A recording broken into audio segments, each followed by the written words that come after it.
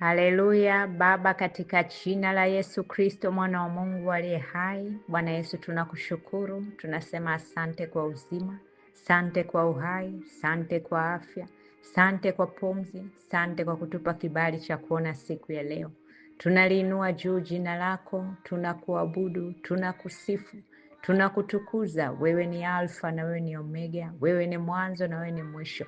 Wewe ni Baba yetu uliyetuumba wanadamu, ni kazi ya mikono yako. Baba, tunakushukuru kwa upendo, maana wewe ni pendo. Pokea sifa Mungu wa miungu, pokea sifa Bwana wa mabwana, pokea sifa Alfa na Omega. Wewe ni mwanzo, lakini pia wewe ni yule yule uliye mwisho. Asante Baba kwa kutupa kibali siku ya leo tena. Tumekusanyika kwa ajili ya jina lako. Naachia damu yako ya thamani iliyomwagika pale Kalvari, pite kwenye nafsi, kwenye mioyo, kwenye akili, kwenye ufahamu, kwenye fikra za kila mmoja, ikamsafishe, ikamtakase, ikamweke tayari kwa ajili ya kupokea neno ulioliandaa siku ya leo kwa ajili ya nafsi na roho zao. Baba, nakushukuru, hata mimi pia mtumwa wako niko tayari.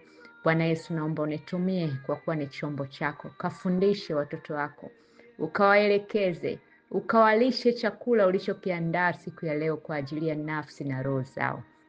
Asante Baba, nafunga kuzimu, nafunga mauti, lada zote, minara yote, network, antena, darubini zote, nasambaratisha kila matego yaliyotegwa siku ya leo, kila laana zilizoachiliwa siku ya leo nazitengua na kuzifuta kinyume nasi kwa damu ya Yesu. Kila uovu ulioandaliwa, kila waliojipanga kinyume nasi, Baba, nasambaratisha mipango yao kwa mamlaka ya jina la Yesu. Nang'oa giza na ufalme wa giza na udondosha chini. Naachia nuru yako ikatawale, na ninaujenga ufalme wa mbinguni ukaendelee kujengeka kwa kila mmoja ndani yake. Asante Baba, pokea sifa, heshima na utukufu. Tunaomba Baba, siku ya leo, popote tunapoingia, popote tunapotoka, ulinzi wako ukawe pamoja nasi, nuru yako ikawe pamoja nasi. Asante Baba, damu yako tunaiachilia ikatufunike kuanzia muda huu tuliokuwa tumeanza siku hadi tunapoenda kuimaliza siku hii ya leo. Baba, ulinzi wako na damu yako ikaendelee kutufunika. Asante Mungu mwenye nguvu, asante Simba wa Yuda. Pokea sifa Baba, ni katika jina lenye nguvu, uwezo, mamlaka na utisho, jina lako Yesu Kristo wa Nazareti aliye hai, nimeomba na kushukuru. Amen. Shalom, shalom. Bwana Yesu asifiwe. Kristo atukuzwe. Kristo ainuliwe juu. Siku yetu ya leo tunajifunza somo linasema heri wenye njaa na kiu ya haki. Heri wenye njaa na kiu ya haki. Tutasoma kitabu kitakatifu Mathayo sura ya 5 mstari wa 6. Mathayo sura ya 5 mstari wa 6, lakini tutasoma pia kitabu cha Yoeli sura ya 2 mstari wa 28. Heri wenye njaa na kiu ya haki. Mathayo sura ya 5 mstari wa 6, ninasoma kwa jina la Yesu. Heri wenye njaa na kiu ya kufanya atakayo Mungu, maana watashibishwa. Heri wenye njaa na kiu ya kufanya atakayo Mungu, maana watashibishwa. Hii ni Biblia yangu ambayo ni habari njema kwa watu wote.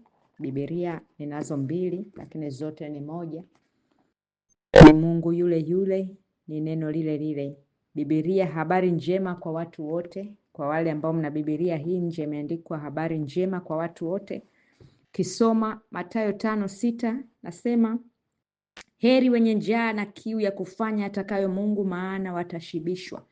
Lakini tukisoma tena Biblia hii nyingine inasema heri wenye njaa na kiu ya haki, maana hao watashibishwa.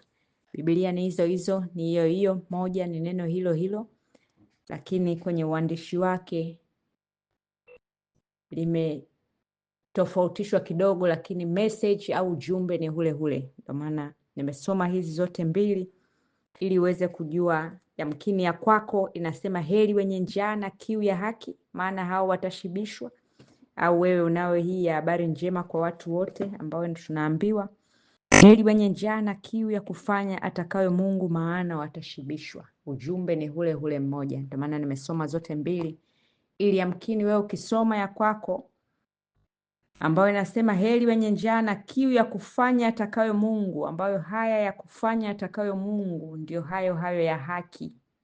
Mungu wetu ni Mungu wa haki, na kiti chake cha enzi ni haki na hukumu. Yeye ni Mungu mwenye haki na ni Mungu atakayetuhukumu.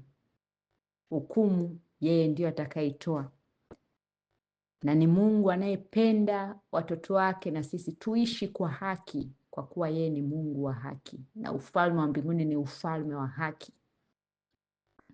Hivyo heri wenye njaa na kiu ya kufanya atakayo Mungu, maana watashibishwa, au heri wenye njaa na kiu ya haki, maana hao watashibishwa. Lakini tukisoma pia kitabu kitakatifu Yoeli sura ya 2 mstari wa 28, nasema kisha hapo baadaye nitaimimina roho yangu juu ya binadamu wote. Watoto wenu wa kike na wa kiume watatabiri, wazee wenu wataota ndoto, na vijana wenu wataona maono. Somo linasema heri wenye njaa na kiu ya haki. Heri wenye njaa na kiu ya haki. Yamkini mwingine unajiuliza njaa ipi? Na hii kiu ya haki hapa inamaanisha nini? Heri wenye njaa na kiu ya haki. Njaa ni njaa ya neno la Mungu, na hii kiu ya haki ni matendo mema, ambayo haya matendo mema anayetuwezesha kuyatenda haya matendo mema ni Roho Mtakatifu. Kwa hiyo heri wenye njaa ya neno la Mungu na kiu ya haki. Kiu ya haki ni kiu ya Roho Mtakatifu. Wana kiu ya kumtafuta huyu Roho Mtakatifu, ambaye huyu anatuwezesha tuishi matendo mema, tuishi matendo ya haki. Yeye ndio anayetuwezesha. Hatuwezi kuishi maisha matakatifu pasipo Roho Mtakatifu. Ndio maana Roho Mtakatifu yupo duniani, anaishi ndani yetu ili atusaidie tuweze kuishi maisha masafi matakatifu, maana pasipo yeye peke yetu hatuwezi. Hivyo tunamhitaji huyu Roho Mtakatifu ili tupate kuishi maisha masafi matakatifu. Heri wenye njaa na kiu ya haki, maana hao watashibishwa.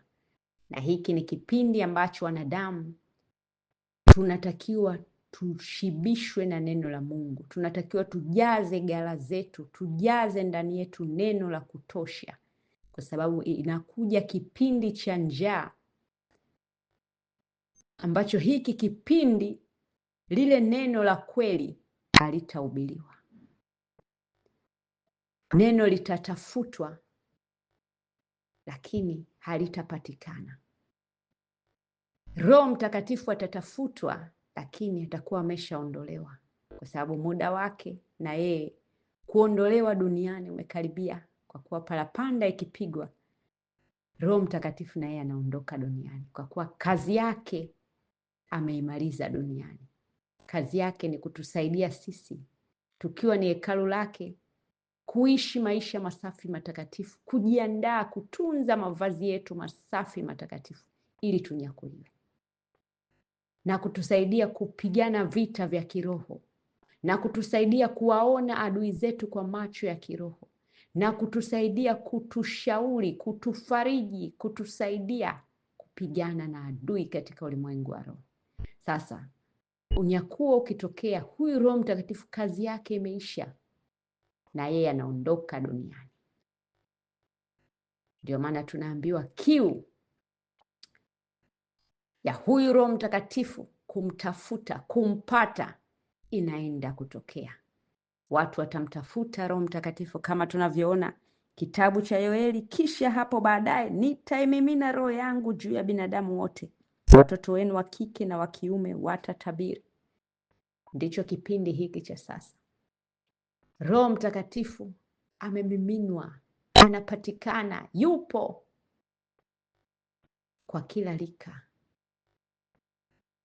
kwa watu wote. Hapa tunaambiwa kwa watoto wenu, kwa wazee wenu, kwa vijana wenu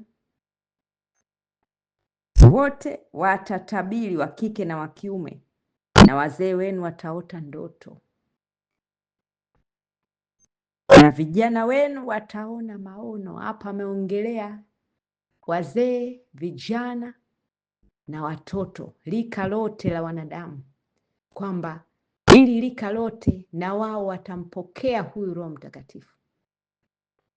Na ndio maana Roho Mtakatifu hadi watoto wadogo wanampokea Roho Mtakatifu, kwa sababu ndio unabii wake, ndio wakati wake tunaoishi, ndio unabii huu wetu sisi, mimi na wewe.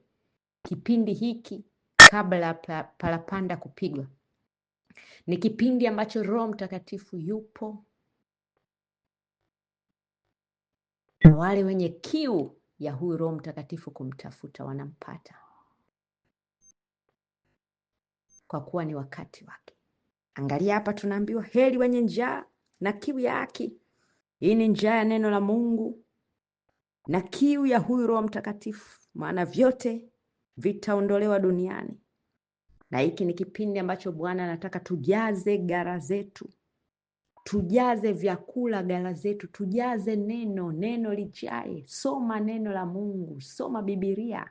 Ndio maana tunawahimiza sana humu ndani, someni neno, kwa sababu kwa wakati huu wa sasa unabii unatimia. Manabii wa uongo wataibuka wengi, lakini si neno linalohubiriwa ni neno pure, ni neno halisi, ni neno ambalo linaonekana neno, lakini ndani likiwa na wadudu ambao hawa ni waharibifu. Lengo ni kukuchafua, lengo ni kufunga milango yako usimsikie Bwana, milango ya kiroho, kufunga moyo wako usiwe tayari kumtafuta Bwana. Lengo ni kukufanya ufarakane na huyu Yesu, ili parapanda ikipigwa na wewe mojawapo katika wale, Bwana, tulikuwa tunaenda makanisani, tulikuwa tunakutolea, tulikuwa tunafanya na kazi yako. Bwana atasema siwajui. Kwa nini? Kwa sababu hamkuwa upande wangu. Hiki ni kipindi ambacho Mungu akiangalia anaona wanadamu wengi wako bize, wanajaza gara zao, lakini anawaona wako makundi matatu. Kundi hili la kwanza wanajaza gara zao, wanajaza neno la Mungu. Ni hili kundi ambalo tuchukulie wapo kwa manabii wa uongo.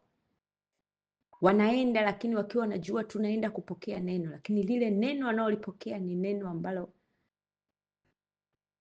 lina wadudu wa uharibifu ndani yake, kwa sababu lina roho chafu ndani yake. Na hili neno linamchafua huyu mtu, lakini yeye lengo lake ni kwenda kumtafuta Yesu, ni kwenda kuutafuta ufalme wa mbinguni, lakini hayupo sehemu iliyo sahihi. Kwa hiyo hata lile vazi lake alilolivaa lililo safi alipomkiri Yesu linaonekana ni chafu, linachafuka, kwa sababu chakula anachopewa ni kama wale watu unaona ambao wako kwenye ukimbizi, wanapewa chakula, wanaambiwa pangeni mstari, wanapanga mstari na vibakuli vyao, wanaenda kupokea chakula. Lakini kile chakula wanachopewa ni chakula ambacho kichafu, let's say, kina wadudu ndani yake, kimeoza. Hawa watu wanakipokea, lakini wangekuwa na macho ya kiroho ya kuona kwamba hiki chakula kina wadudu, ni kichafu, wasingekipokea. Lakini kwa sababu ni vipofu katika ulimwengu wa roho, macho yao adui ameyafumba, watakiona kile chakula ni kizuri, wanakifurahia. Ndivyo katika ulimwengu wa roho iko hivyo. Ni kundi la kwanza. Wanaenda wakijua Yesu yupo, wakijua ni neno safi, lakini ni neno ambalo chafu, lina wadudu, na ni neno ambalo linaenda kuwachafua, kwa sababu ni neno ambalo limetolewa, lakini sina Roho Mtakatifu. Kwa sababu hata kuzimu na vyuo wanavyofundisha wakijifanya na wao ni wa nuru, lakini lengo ni kupeleka wengi kuzimu. Ili kundi la kwanza. ambao hao watalia siku ile ya parapanda, Bwana, nilikuwa nikienda kanisani, Bwana, nilikuwa nikikutolea sadaka, lakini Bwana atasema hiyo madhabahu ilikuwa imeandikwa kwa Mungu asiyejulikana, mimi sikuwepo hapo. Jina lako aliko mbinguni. Wamefanya kazi bure. Lakini kuna hili kundi la pili. Hili ni kundi ambalo hawa watu wapo eneo ambalo wanapokea neno ambalo ni pure, ni safi, halina wadudu, na anayetoa hilo neno ni Roho Mtakatifu. Hawa watu wanajaza gala yao vyakula ambavyo havina wadudu, ni visafi, wanaendelea kusafishwa, kutakaswa. Ndio hao ambao parapanda ikipigwa watanyakuliwa, kwa sababu hawana uchafu. Walikuwa wanapokea chakula kilicho bora, kilicho kizuri, kilicho kisafi. Hawa wako kundi jema, kundi zuri, kundi salama. Lakini kuna hili kundi la tatu. Hawa ndio wale ambao Mungu anawaona kwa sasa wako wengi zaidi. Yaani kama ni 50%, anaona 50% ni kama ndio kundi hili, alafu 40% ndio hili kundi ambalo wapo eneo ambalo wanapokea neno safi toka kwa Roho Mtakatifu, ambalo ni kwa Bwana mwenyewe direct. Lakini kuna hili kundi lingine,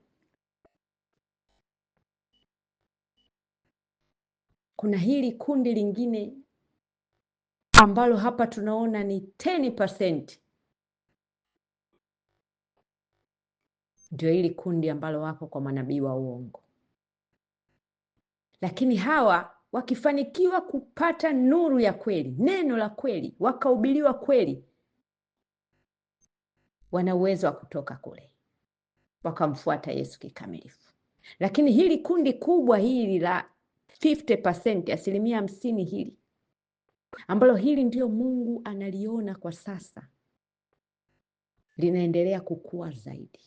Lakini anasikitika anapoona muda umekwisha, bado wamekwama kwenye kundi hili ambao ndio tunalijadili siku ya leo. Hili ni kundi ambalo Mungu akiangalia anaona ni kundi ambalo lina akiangalia mioyo yao anaona ile kiu ya kutafuta neno la Mungu, anaona ile kiu ya kumtafuta huyu Roho Mtakatifu. Lakini Mungu anaona ni kama wanahangaika kumtafuta, lakini nje ya sheria zake za ufalme wa mbinguni. Neno la Mungu linasema Mungu wetu ni Mungu wa wivu.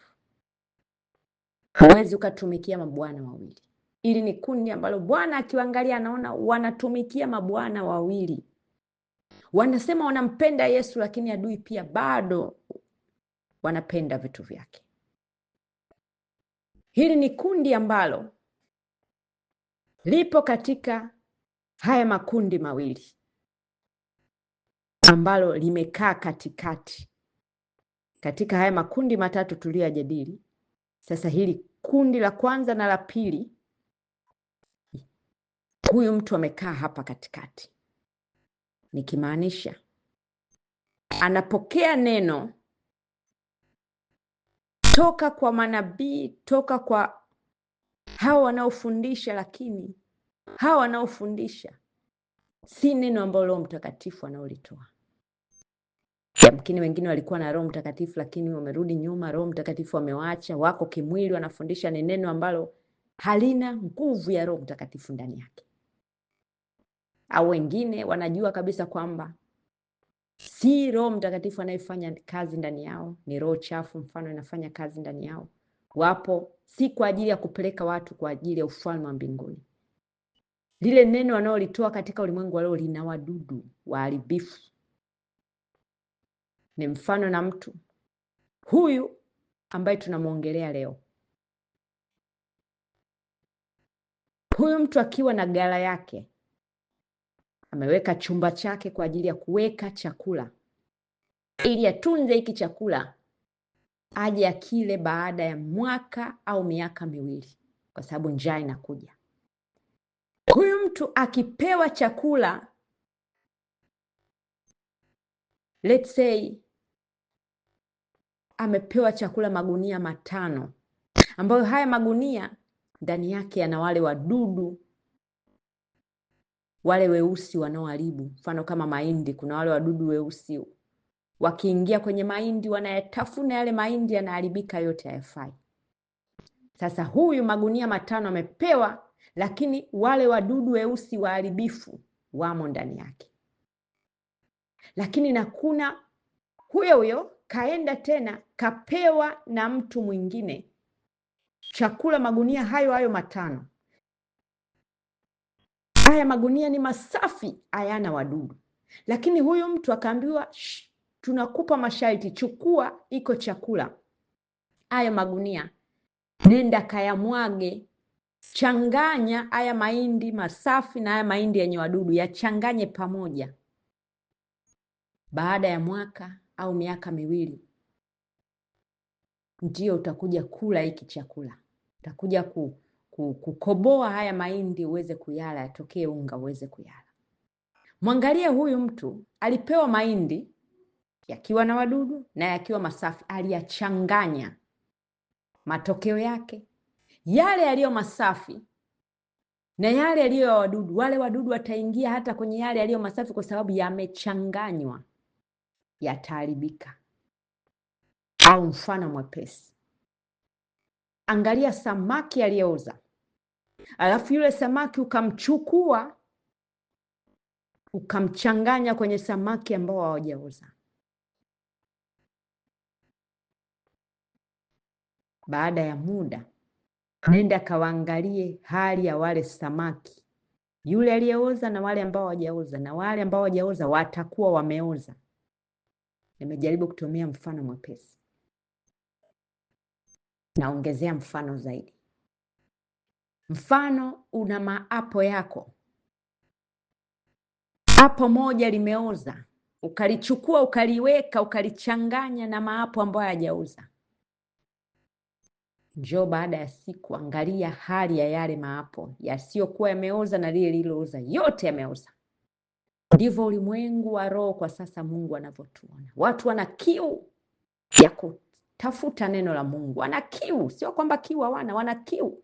Na wengine wanajua parapanda iko karibuni, wanasikiliza mafundisho huku, na wao wanatoka wanaenda kutafuta madhabahu zingine, wanasikiliza tena na neno kule.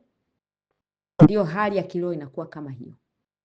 Wanapokea masomo masafi, yanawasafisha, lakini wanapoenda kupokea na mengine, wadudu wanaingia, wanawachafua, milango inafunguliwa, wengine wanarudi kwenye vifungo, wengine wanarudi kwenye mateso. Ni kwa sababu huwezi ukatumikia mabwana wawili. Kila anayesimama katika madhabahu, aidha anahubiri au anatoa neno, ipo roho nyuma yake. Ndio maana lazima ujue ni roho gani iko hapo. Sio kila anayesema Bwana Bwana. Ndio maana neno linasema siku ile ya mwisho wengine watasema Bwana Bwana, nilifanya kazi yako. Yesu atasema sikujui. Hiki ni kipindi tunapaswa tutunze sana mavazi yetu, tutunze sana mioyo yetu. Heri wenye moyo safi, maana ndio watakaomuona Bwana. Tunapopokea neno hili linaenda kwenye moyo. Moyo huu unapokuwa mchafu, ndio maana nikatolea mfano wa gara. Umechanganya chakula kisafi na kichafu, chenye wadudu na kisicho na wadudu, utachafuka. Chakula kile kitaoza. Ndivyo hali hii ilivyo kwa sasa. Wengi wako katika madhabahu safi, wanapokea mafundisho masafi, lakini bado wanalandalanda. Parapanda itapigwa, wachafu wamechafuka. Hiki ni kipindi cha kuwa makini kweli kweli. Hiki ni kipindi cha kuwa upo tayari. Niliwaambia siku ile maono ambayo Bwana alinionyesha. Tupo katika train station, tunasubiria train, green light imeshawaka, tunaambiwa anytime train linakuja. Na malaika alikuwa akipita akiwa na ubiri na nyimbo ikiwa inapigwa ya dini. muda umeisha. Nikaambiwa muda umekwisha, kaeni tayari.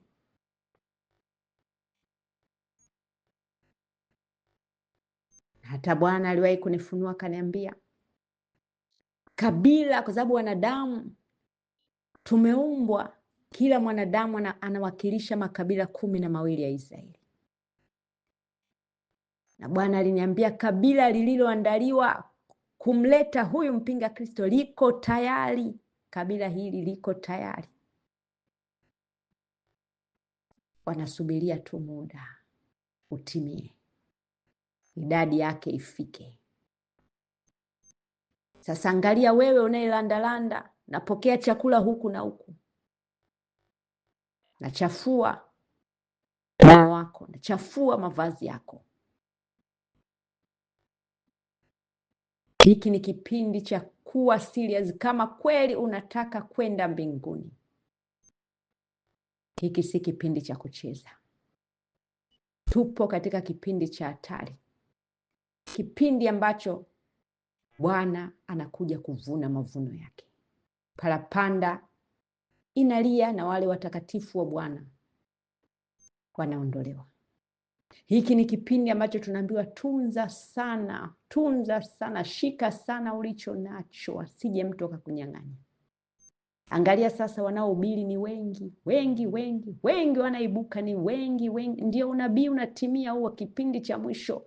Neno la Mungu litahubiriwa kila kona. Adui anajua hili linatimia na limeshatimia sasa, na yeye pia anawainua wale ambao ni wake, ili na wao pia waende wakavuruge watu. Ndio maana unaona neno linavurugwa.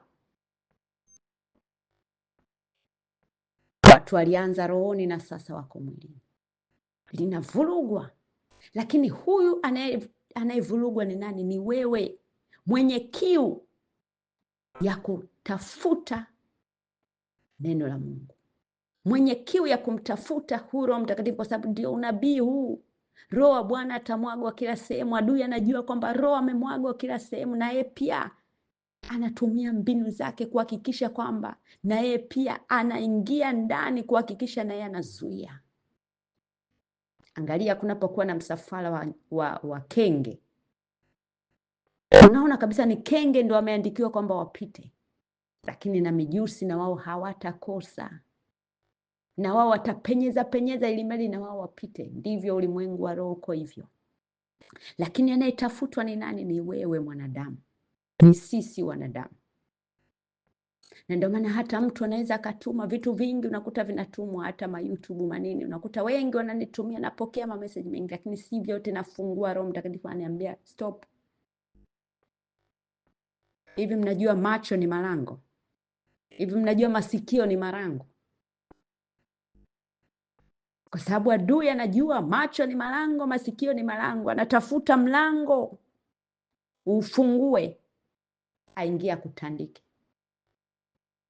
Lakini Roho Mtakatifu ukimwambia, Roho Mtakatifu, wewe ndiye macho yangu, wewe ndiye kinywa changu, wewe ndiye masikio yangu, maana mwili huu nimekupa wewe, mimi ni hekalu lako, linda malango yangu. Roho Mtakatifu atakufundisha, atakusaidia, atasema na wewe, fungua hiki, usifungue, na atakueleza kwa nini usifungue. Hiki ni kipindi cha kumsikiliza kweli kweli Roho Mtakatifu.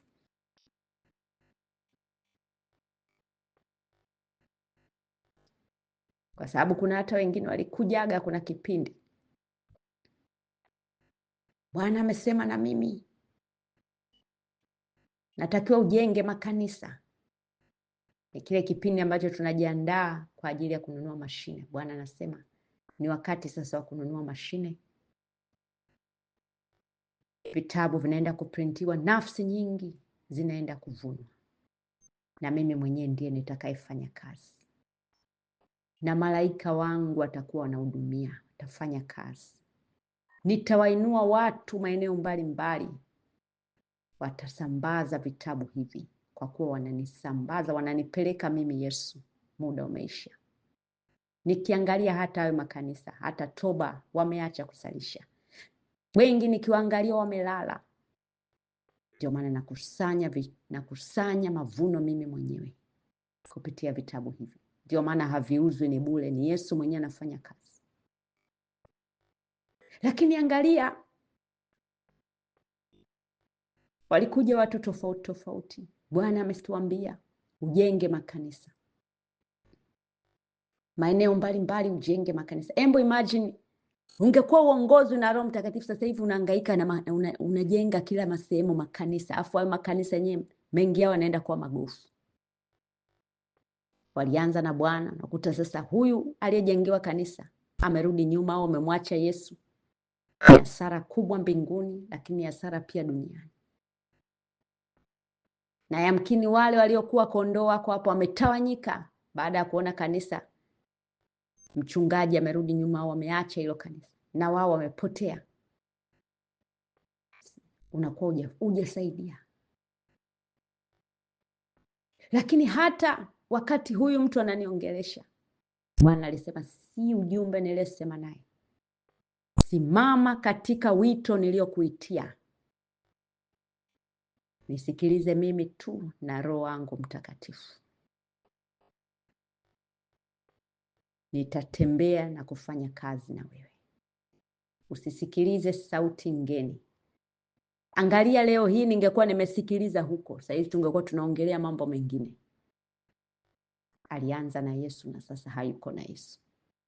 Lakini ukimsikiliza huyu Roho Mtakatifu, ndiye macho yetu, ndiye masikio yetu. Hivi unajua, unapoongea na mtu, unakuta mtu anakuja na shida zake, tumishi na hiki na hiki, unamsikiliza, lakini anayesikiliza ni Roho Mtakatifu. Ndio maana Roho Mtakatifu anakufunua shida yake, hii ni hapa na hapa na hapa, alifanya hiki na hiki na hiki, kuna hiki na hiki na hiki, mfungue hapa na hapa na hapa. Anapoombewa, Roho Mtakatifu anamfungua na huyo mtu anafunguliwa. Ni nini? Ni kwa sababu Roho Mtakatifu ni masikio yetu, anasikia. Na ndio maana hata mtu anaweza kukuletea ujumbe, Roho Mtakatifu atakwambia si Bwana aliyesema naye, au Bwana mwenyewe atakwambia sijasema naye, funga milango. Ndio faida ya Roho Mtakatifu. Lakini wengi tunampokea huyu Roho Mtakatifu, lakini Roho Mtakatifu anatuonya, anasema nasi, mwanangu, tulia madhabahu hiyo, hapo ndipo Yesu alipo, tulia hapo.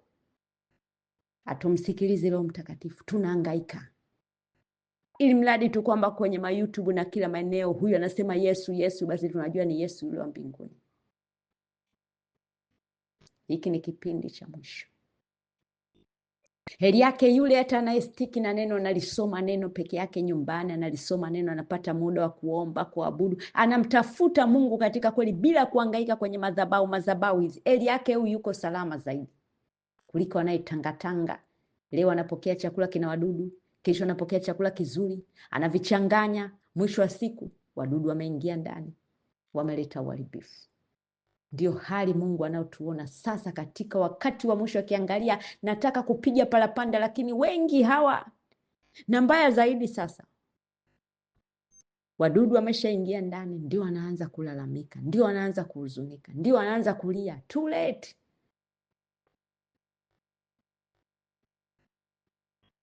Na mbaya zaidi, wadudu wakishaingia ndani, wanachofanya, kwa sababu si wameshashamili, wameshaanza, wamekula mpaka na kile chakula kilicho kisafi kilichokuwa nakipokea, wanachofanya nakwambia, acha kule kwenye chakula kisafi, baki huku kwenye chakula chenye wadudu, ili uendelee kujaza wadudu ndani yako.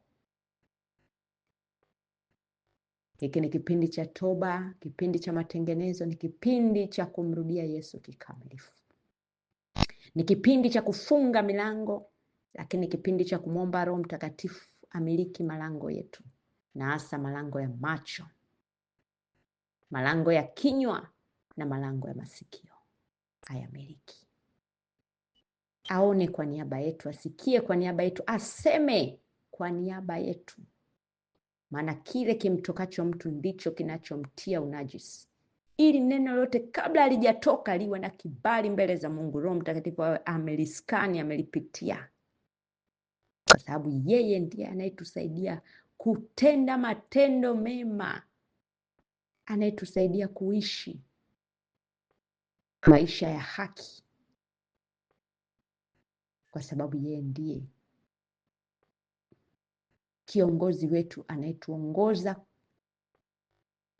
kuiishi haki kutenda haki ili tupate kuwa salama. Yesu anakupenda, ndio maana umeyasikia haya. Yamkini na wewe ulikuwa ni mmojawapo katika haya makundi matatu. Kundi hili ambalo hupo eneo na unajua kabisa kwamba Yesu hayuko hapo, lakini umeng'ang'ana hapo kwa sababu marafiki, ndugu na wale wa karibu ndio waliokupeleka hapo. Unadhani kwamba nikitoka hapo wataniona mimi nimebadilika. Yamkini watanichukia, watanitenga. Siangalie hayo. Aliyechagua kupita njia nyembamba, au ni shida kutengwa, au ni shida kuonwa amebadilika. Kwa sababu mabadiliko yoyote lazima yaonekane, lazima ukubali kuchange, lazima ukubali mabadiliko. Ukitaka mabadiliko kwanza lazima ukubali. Asiyetaka mabadiliko basi atabaki na maisha yale yale. Huyu hataona mbingu. Lakini yamkini upo katika kundi hili, unalandalanda. Mwingine hata ukimuuliza ni madhabahu ipi ambayo unapokea chakula neno la Mungu kila siku, hana jibu. Anasikiliza madhabahu kama 10 au hata mwingine hata madhabahu 4 au 3. Lakini katika hizi moja kuna shida. Anapokea chakula ambacho kina wadudu ndani yake. Kwa hata kile ambacho anakipokea hii madhabahu iliyo safi akimsaidii. Kwa sababu hao wadudu wanaingia, wanaharibu hata kile chakula kilicho kisafi. Milango yake inafunguliwa. Lakini ukiwa unapokea chakula kilicho kisafi tu, hiki chakula kinakusafisha, kwa sababu hiki chakula ni neno la Mungu. Hili neno la Mungu lina damu ya Yesu, lina nguvu ya Roho Mtakatifu, linakusafisha. Kazi ya Roho Mtakatifu tunaambiwa yeye ni moto ulao, anateketeza takataka zote, magugu yote yaliyo ndani yako. Unasafishwa na damu ya Yesu inakusafisha.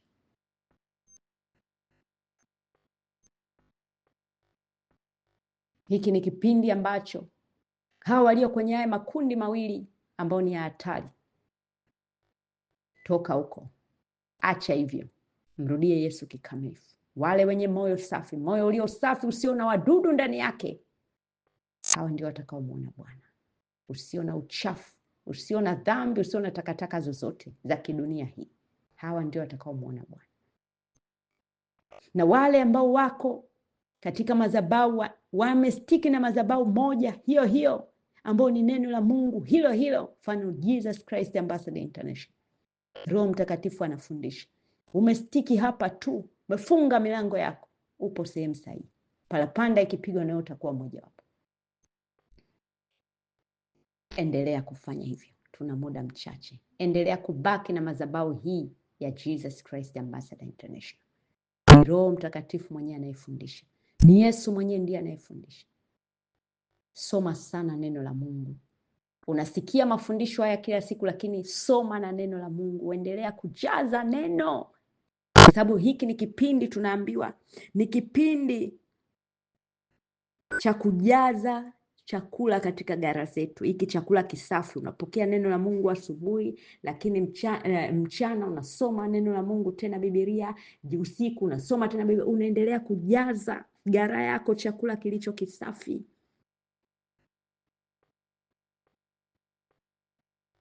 Ili hata kile kipindi ambacho neno la Mungu litakuwa ni adimu, wewe ndani yako bado na chakula cha kutosha kilicho kisafi, kinachoendelea kufanya vazi lako liendelee kuwa safi, kinachoendelea kufanya imani yako iendelee kuwa imara na strong, ili hata majaribu yanapokuja bado uweze kuyashinda haya majaribu, ukiendelea kusubiria kwa hizi dakika chache mpaka parapanda ikipigwa.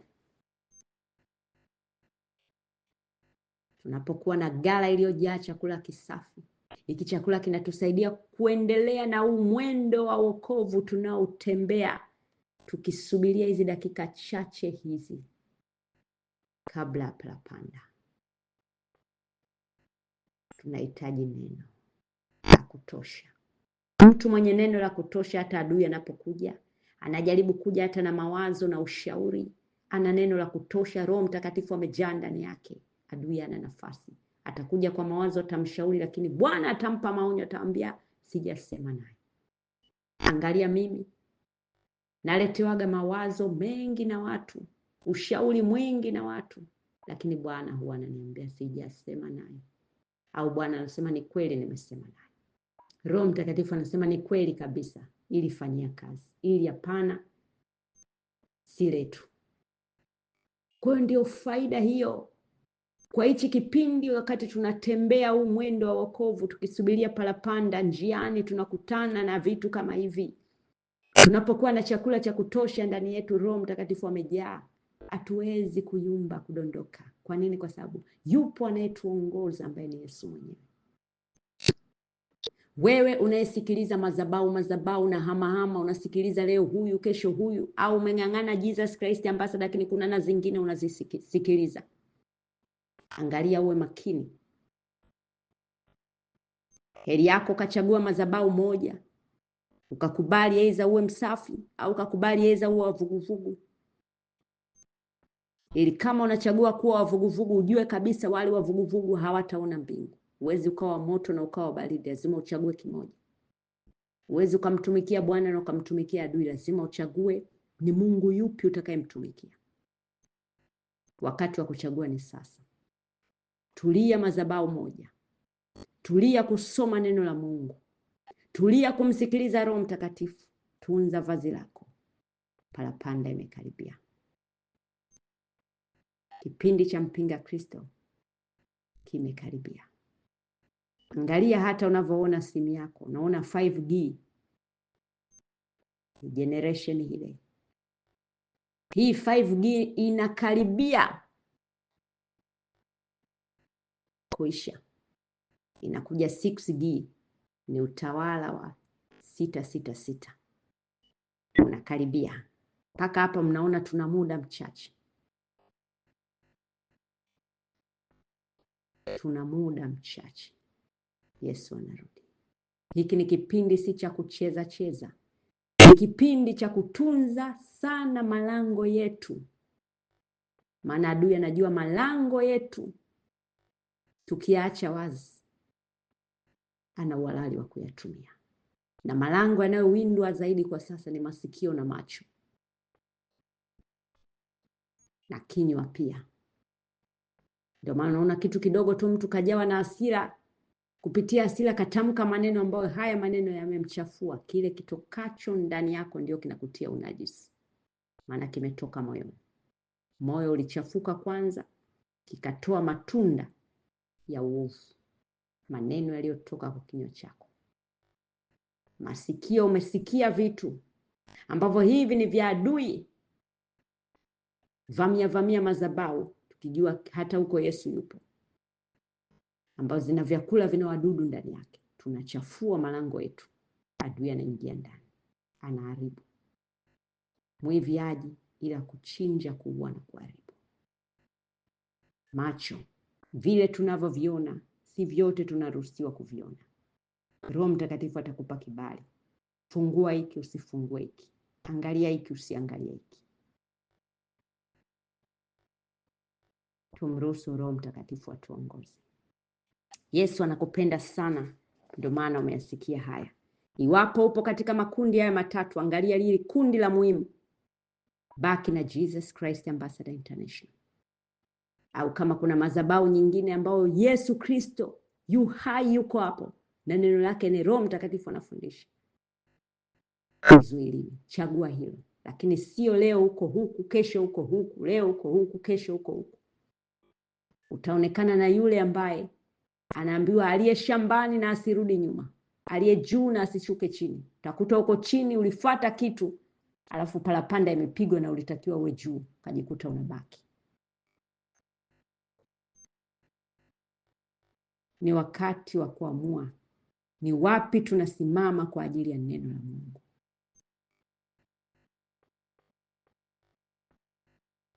Na ni wakati wa kuwa na uhakika chakula tunachokipokea kama ni kisafi. Lakini kama chakula kina wadudu ndani yake, haupo salama. Unapoamua kustiki na Jesus Christ Ambassador International, stiki na hiyo tu. Cha kufanya, ongezea tu neno, soma sana neno la Mungu. ili Roho Mtakatifu aendelee kujaa sana ndani yako. Ishi maisha ya haki, maisha masafi, Roho Mtakatifu akuongoze.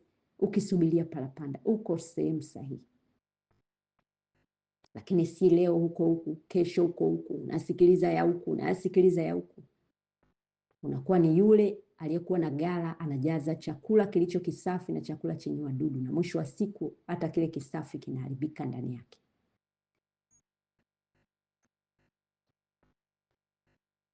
Ama kama ni unachagua madhabahu nyingine, basi huwe na uhakika hiyo madhabahu iwe ni chakula kisafi na ni Roho Mtakatifu kweli anafundisha akina wadudu ndani yake.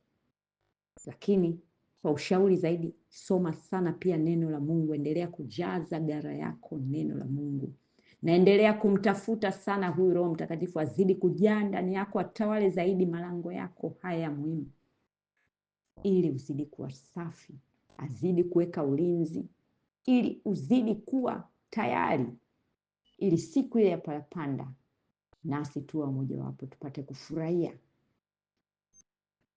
ufalme wa mbinguni Bwana aliyotuandalia. Yesu anakupenda sana, ndio maana umesikia somo hili. Yesu anakupenda sana, ndio maana na wewe ni mmoja katika wale waliotakiwa kulisikia hili. Ili amkini upo katika makundi haya, basi chagua kundi lipi uweze kusimama nalo imara kwa muda mchache tuliobaki nao. Baba, ninakushukuru Mungu mwenye nguvu. Sante mfalme wa amani, simba wa Yuda. Sante kwa neno lako. Sante Baba, tunakushukuru. Sante kwa kusema nasi. Sante kwa kutushauri pia. Sante Baba kwa kutufunua macho ya kiroho na kutuonyesha hali za kiroho kwa sasa kwa watoto wako hawa. Sante Mungu mwenye nguvu kwa kuwashauri. Sante Baba, tunakuinua juu. Pokea sifa, heshima na utukufu. Sante, na achia moto wako wa Roho Mtakatifu uteketeze wadudu wote walioingia kwa watoto wako, waliochanganya vyakula vyenye wadudu na vyakula safi, na wadudu hawa wakaribu hata kile chakula kilicho kisafi ndani yao. Baba, natumia moto wa Roho Mtakatifu na teketeza wadudu hao na wakausha, uhai utoke ndani yao. Kwa mamlaka ya jina la Yesu, wasizaliane tena na kuendelea kuleta uharibifu ndani yao. Na achia nuru yako na damu yako ikasafishe malango yao yote, kasafishe njia zao zote, ikawatakase na kuwaweka safi tena. Sante Baba, nafunga hata milango yao kwa damu ya Yesu, adui hataitumia tena. Sante Baba, naachia nuru yako hata Roho Mtakatifu aliyezimika ndani yao.